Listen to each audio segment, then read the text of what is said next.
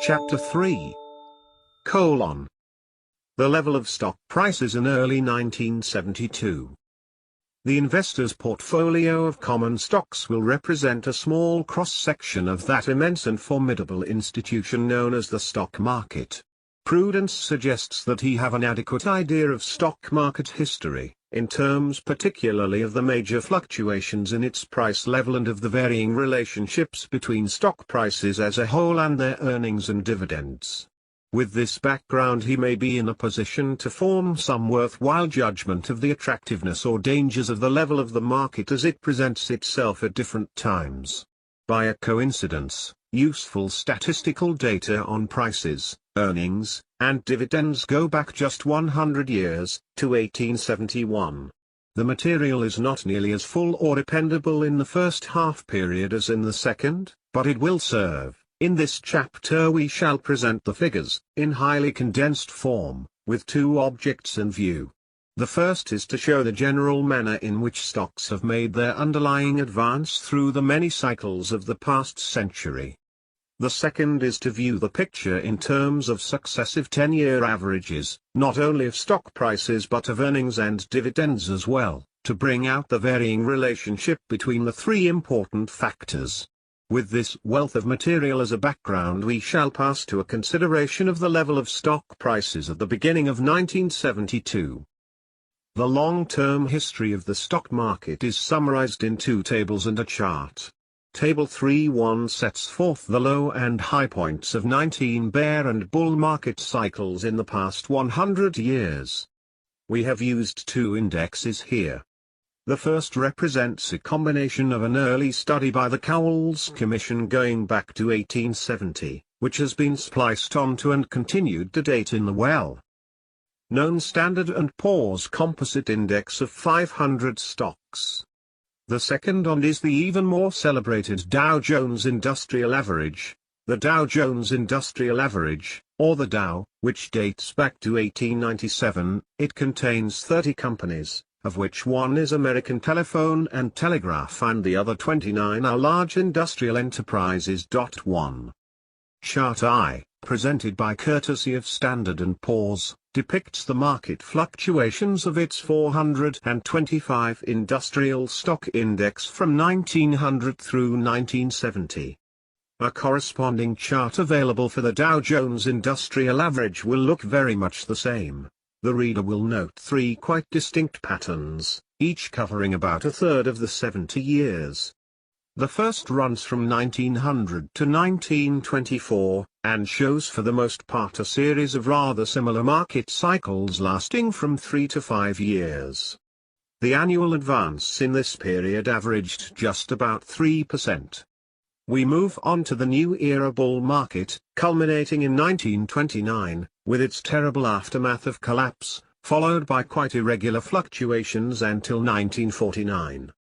Comparing the average level of 1949 with that of 1924, we find the annual rate of advance to be a mere 0.11%. Hence the close of our second period found the public with no enthusiasm at all for common stocks. By the rule of opposites, the time was ripe for the beginning of the greatest bull market in our history, presented in the last third of our chart. This phenomenon may have reached its culmination in December 1968 at 118 for Standard & Poor's 425 industrials, and 108 for its 500 stock composite. As Table 3.1 shows, there were fairly important setbacks between 1949 and 1968, especially in 1956 to 57 and 1961 to 62, but the recoveries therefrom were so rapid that they had to be denominated, in the long accepted semantics, as recessions in a single bull market, rather than as separate market cycles.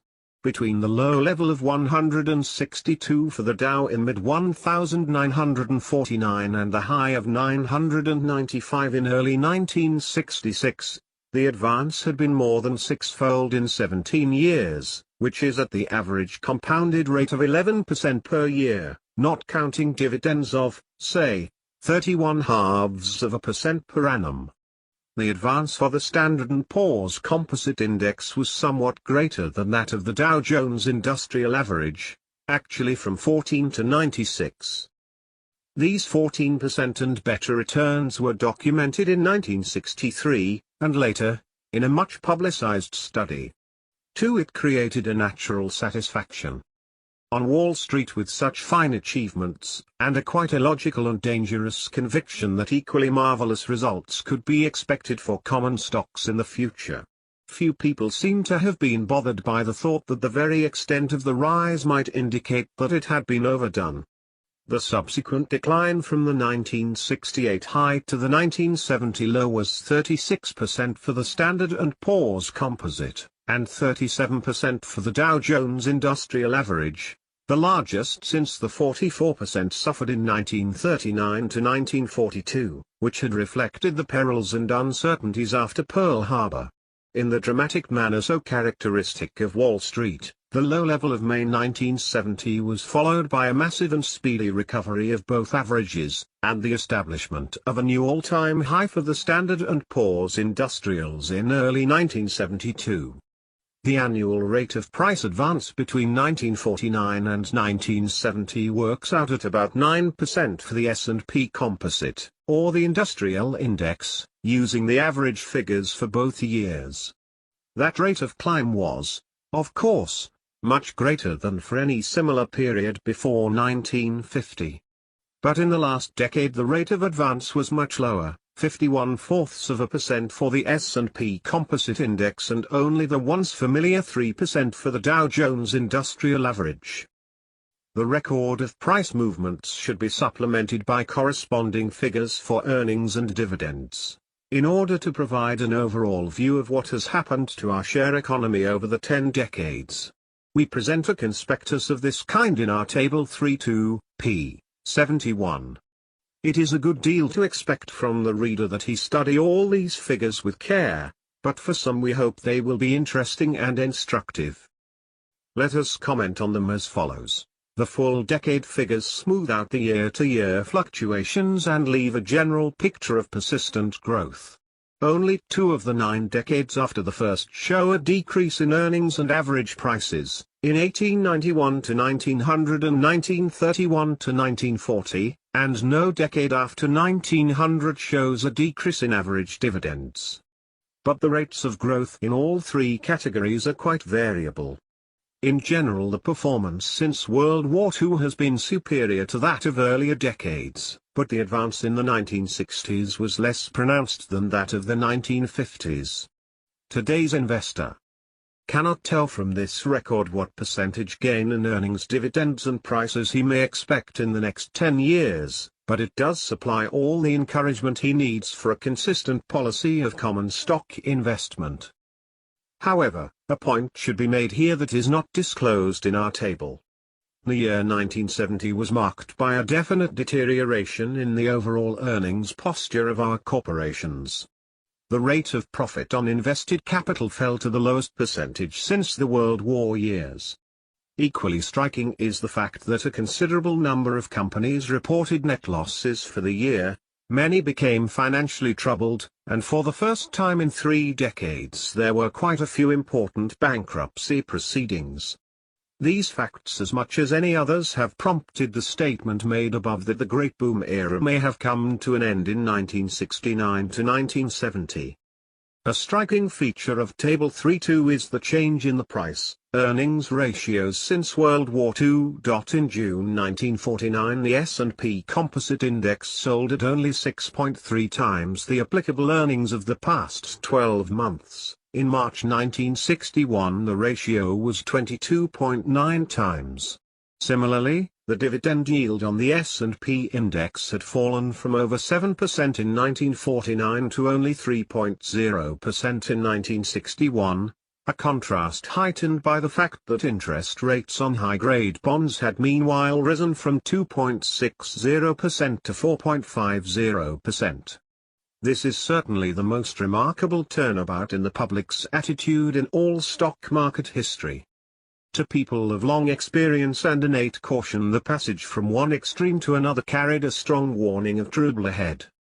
They could not help thinking apprehensively of the 1926 to 1929 bull market and its tragic aftermath.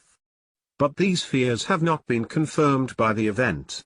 True, the closing price of the Dow Jones Industrial Average (BCD) in 1970 was the same as it was 61 halves years earlier, and the much heralded soaring 60s proved to be mainly a march up a series of high hills and then down again.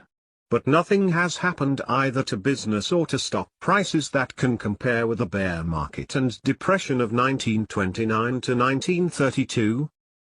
The stock market level in early 1972. With a century-long conspectus of stock prices, earnings, and dividends before our eyes, let us try to draw some conclusions about the level of 900 for the Dow Jones Industrial Average and 100 for the S&P Composite Index in January 1972. In each of our former editions we have discussed the level of the stock market at the time of writing, and endeavored to answer the question whether it was too high for conservative purchase. The reader may find it informing to review the conclusions we reached on these earlier occasions. This is not entirely an exercise in self-punishment. It will supply a sort of connecting tissue that links the various stages of the stock market in the past 20 years and also a taken-from-life picture of the difficulties facing anyone who tries to reach an informed and critical judgment of current market levels. Let us, first, reproduce the summary of the 1948, 1953, and 1959 analyses that we gave in the 1965 edition. In 1948 we applied conservative standards to the Dow Jones level of 180, and found no difficulty in reaching the conclusion that it was not too high in relation to underlying values. When we approached this problem in 1953 the average market level for that year had reached 275, a gain of over 50% in 5 years.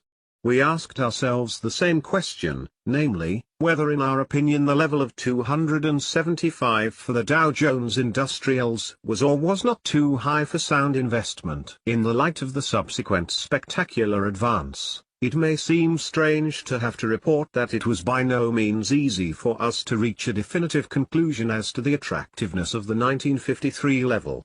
We did say, positively enough, that from the standpoint of value indications, our chief investment guide, the conclusion about 1953 stock prices must be favorable.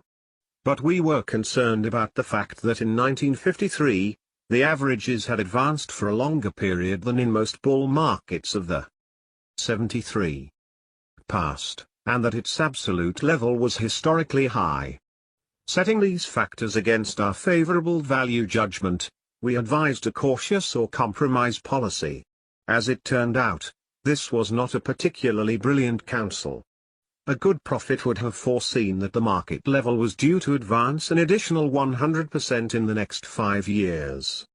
Perhaps we should add in self-defense that few if any of those whose business was stock market forecasting, as ours was not, had any better inkling than we did of what lay ahead. At the beginning of 1959 we found the Dow Jones Industrial Average at an all-time high of 584. Our lengthy analysis made from all points of view may be summarized in the following, from page 59 of the 1959 edition. In sum, we feel compelled to express the conclusion that the present level of stock prices is a dangerous one. It may well be perilous because prices are already far too high. But even if this is not the case, the market's momentum is such as inevitably to carry it to unjustifiable heights. Frankly, we cannot imagine a market of the future in which there will never be any serious losses, and in which every tyro will be guaranteed a large profit on his stock purchases. The caution we expressed in 1959 was somewhat better justified by the sequel than was our corresponding attitude in 1954. Yet it was far from fully vindicated. The Dow Jones Industrial Average advanced to 685 in 1961, then fell a little below our 584 level, to 566. Later in the year, advanced again to 735 in late 1961, and then declined in near panic to 536 in May 1962, showing a loss of 27% within the brief period of 6 months. At the same time there was a far more serious shrinkage in the most popular growth stocks, as evidenced by the striking fall of the indisputable leader, International Business Machines, from a high of 607 in December 1961 to a low of 300 in June 1962. This period saw a complete debacle in a host of newly launched common stocks of small enterprises, the so-called hot issues, which had been offered to the public at ridiculously high prices and then had been further pushed up by needless speculation to levels little short of insane. Many of these lost 90% and more of the quotations in just a few months. The collapse in the first half of 1962 was disconcerting, if not disastrous, to many self-acknowledged speculators and perhaps 74. to many more imprudent people who called themselves investors. But the turnabout that came later that year was equally unsuspected by the financial community. The stock market averages resumed their upward course, producing the following sequence. The recovery and new ascent of common stock prices was indeed remarkable and created a corresponding revision of Wall Street sentiment. At the low level of June 1962, predictions had appeared predominantly bearish, and after the partial recovery to the end of that year they were mixed, leaning to the skeptical side. But at the outset of 1964 the natural optimism of brokerage firms was again manifest, nearly all the forecasts were on the bullish side, and they so continued through the 1964 advance. We then approached the task of appraising the November 1964 levels of the stock market, 892 for the Dow Jones Industrial Average. After discussing it learnedly from numerous angles we reached three main conclusions. The first was that old standards of valuation appear inapplicable, new standards have not yet been tested by time. The second was that the investor must base his policy on the existence of major uncertainties. The possibilities compass the extremes, on the one hand, of a protracted and further advance in the market's level, say by 50%, or to 1,350 for the Dow Jones Industrial Average, or, on the other hand, of a largely unheralded collapse of the same magnitude, bringing the average in the neighborhood of, say, 450, p. 63. The third was expressed in much more definite terms. We said, speaking bluntly, if the 1964 price level is not too high, how could we say that any price level is too high? And the chapter closed as follows. What course to follow? Investors should not conclude that the 1964 market level is dangerous merely because they read it in this book. They must weigh our reasoning against the contrary reasoning they will hear from most competent and experienced people on Wall Street. In the end each one must make his own decision and accept responsibility therefore. We suggest, however, that if the investor is in doubt as to which course to pursue he should choose the path of caution. The principles of investment, as set forth herein, would call for the following policy under 1964 conditions, in order of urgency. 1. No borrowing to buy or hold securities. 2. No increase in the proportion of funds held in common stocks.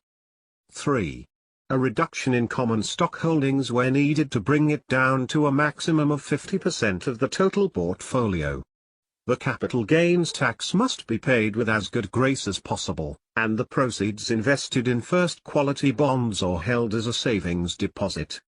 Investors who for some time have been following a bona fide dollar-cost averaging plan can in logic elect either to continue their periodic purchases unchanged or to suspend them until they feel the market level is no longer dangerous.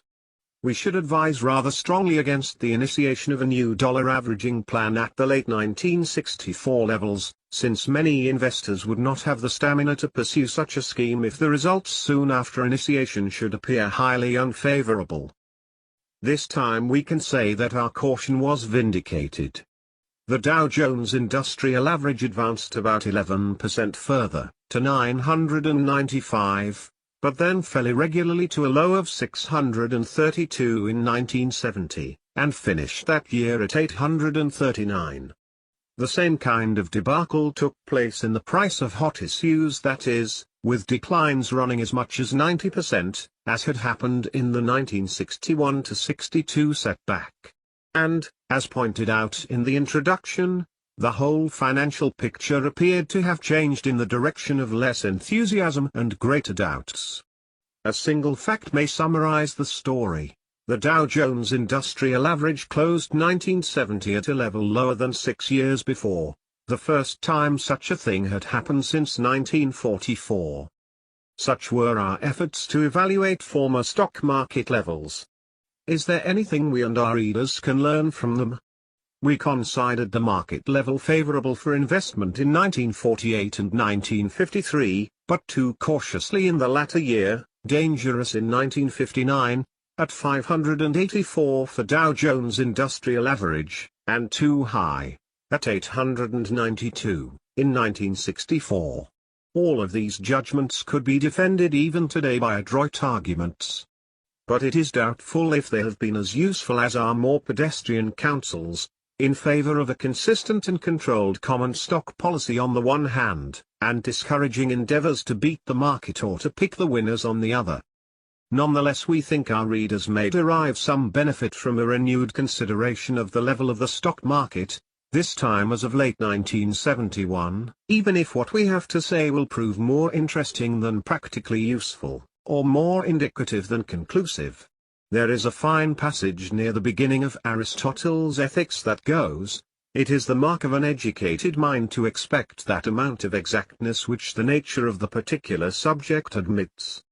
It is equally unreasonable to accept merely probable conclusions from a mathematician and to demand strict demonstration from an orator.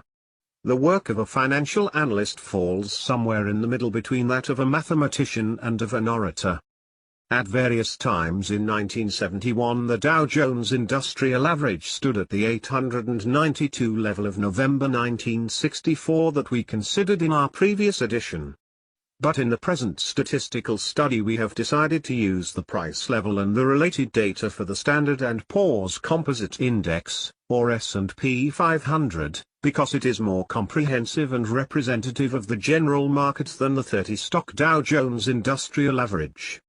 We shall concentrate on a comparison of this material near the 4 dates of our former editions, namely the year ends of 1948, 1953, 1958 and 1963, plus 1968. For the current price level we shall take the convenient figure of 100, which was registered at various times in 1971 and in early 1972. The salient data are set forth in Table 3.3. For our earnings figures we present both the last year's showing and the average of 3 calendar years. For 1971 dividends we use the last 12 months figures, and for 1971 bond interest and wholesale prices those of August 1971. The 3-year price-earnings ratio for the market was lower in October 1971 than at year-end 1963 and 1968. It was about the same as in 1958, but much higher than in the early years of the long bull market. This important indicator, taken by itself, could not be construed to indicate that the market was especially high in January 1972. But when the interest yield on high-grade bonds is brought into the picture, the implications become much less favorable. The reader will note from our table that the ratio of stock returns, earnings/price, to bond returns has grown worse during the entire period, so that the January 1972 figure was less favorable to stocks, by this criterion, than in any of the previous years examined. When dividend yields are compared with bond yields we find that the relationship was completely reversed between 1948 and 1972. In the early year stocks yielded twice as much as bonds. Now bonds yield twice as much, and more, than stocks.